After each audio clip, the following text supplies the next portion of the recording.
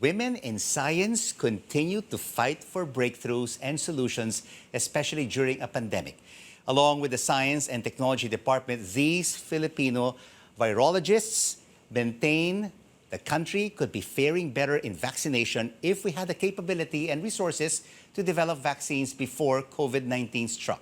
We find out more from Dr. Lourdes Nadala, joining us now from California, and Dr. Myra Hosmillo, joining us from Cambridge in the UK. Doctors, thank you so much for joining us. We're really proud that you're joining us on the program. Dr. Lourdes, let me start off with you. The Science and Technology Department is pushing for Senate Bill 2241, or the establishment of the Virology and Vaccine Institute of the Philippines, or VIP. What will be the mandate of this proposed agency? So this institute is mandated to undertake virus research, diagnostics, therapeutics, and vaccines, all related to viral infection. And Dr. Myra, how important is it for the country to have a virology and vaccine institute?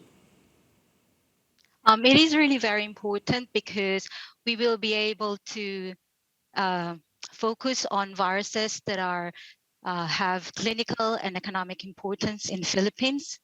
In the case of pandemic, we will be able to better understand the viruses themselves, and we will be able to do a lot of we can respond to the virus immediately if we have our own capabilities and facilities inside the country. Dr. Lourdes, was there a potential to set up this kind of institute even before COVID-19 struck the country? And why did we not set up before? Why are we only thinking about it now? Yes, we could have set it up earlier to be able to cope with pandemic, such as what has happened in the last 2 years. I think there was complacency on our part, because at that time, nobody was really thinking way ahead. Even the whole world was also caught by surprise. But I think after that pandemic, or during the pandemic, I think there was a realization that we really need to have a virus and vaccine institute in the Philippines. So, Dr. Myra, how are women doctors like yourself breaking the glass ceiling in this space of vaccines and virology?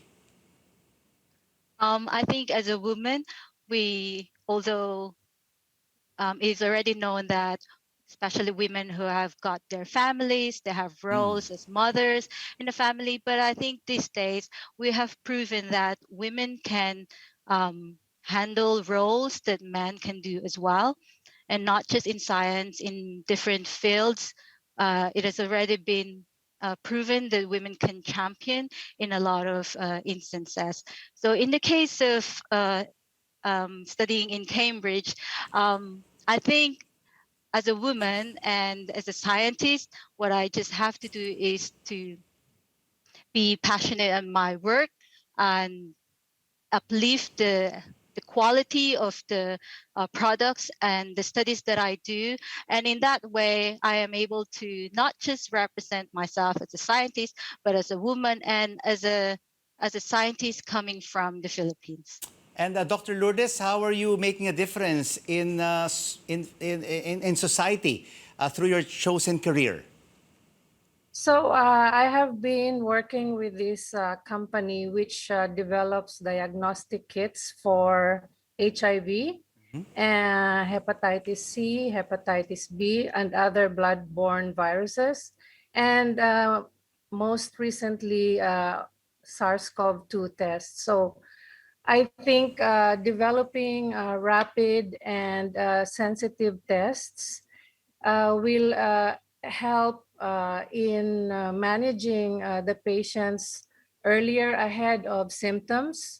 And also our tests now are being used in Africa and in the United Kingdom. So we are very pleased that a product such as ours has been useful in during the pandemic and also in the HIV epidemic in Africa. And Dr. Myra, what are you working at the moment, scientific breakthroughs that our fellow kababayans here in the Philippines will eventually be able to benefit? So I have been working on viruses that cause diarrhea in humans in particular, and viruses that has been like very common worldwide. And we've been using models to understand these viruses. And because of this, we are able to translate the system to be able to understand to be able to understand virus tropism of SARS-CoV-2. So now we can know whether, for example, a Delta variant grows better in an intestine of humans, therefore may cause higher intestinal pathogenicities. So these are very good examples of being able to translate our established methods studies from other viruses Right. and using that in SARS-CoV-2. And Dr. Lourdes, what would be your message to Filipino women who want to make a name for themselves in the field of science and technology? Uh, I think it's important to be passionate about the career that you choose. So if you want to stick with science, you need to be focused and, of course, inspired. And at the same time, try to go around and see and then what are the problems or what are the diseases that are out there, and focus your research into developing something which is not just research alone, but into something that can be used, for example, in disease diagnosis or in developing a vaccine, so that your product will have an impact or will be useful to humanity. So I'm not saying this only to women, but also to all our young scientists in the Philippines to be passionate about science. Dr. Lourdes Nadala and Dr. Myra Hosmillo, your stories and achievements inspire us all. Thank you so much for joining us on The Final Word.